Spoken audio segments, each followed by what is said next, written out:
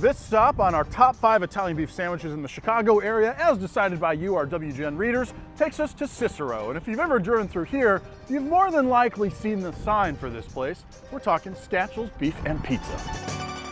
Back in the early 50s, my father, my uncle, and my other uncle opened up a place on Pulaski and Arlington called Scatchell's, Scatchell's Beef, and pioneers.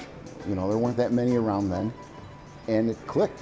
Back in '67, I think, they opened this place here.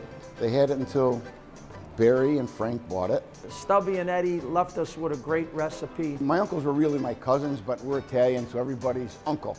It was Uncle Stubby and Uncle Bambo were the two uncles, but they were cousins.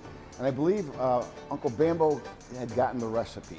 All we did really is try to make better service, you know, try to keep the service up, maintain the quality of the product. They haven't changed anything. Consistency. It's all about being consistent. Everything has to work. You can't have too much meat, too thick a piece of bread, too many peppers one way or the other. It's a blend of all of them that make it hit. The Italians will call it sauce, they'll call it juice, gravy. You know, I call it gravy still. That's the way I was brought up. But it's the flavor of the juice that we make the beef in. It's so thinly sliced, you can see through it, and it basically melts in your mouth. There's no fat on it. When we trim all the fat off and we slice it so thin, the sandwich kind of, you know, it's just so juicy. The bread soaks in. It's a great sandwich.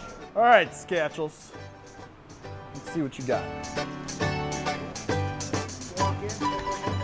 This is how you know the Italian beef is made right.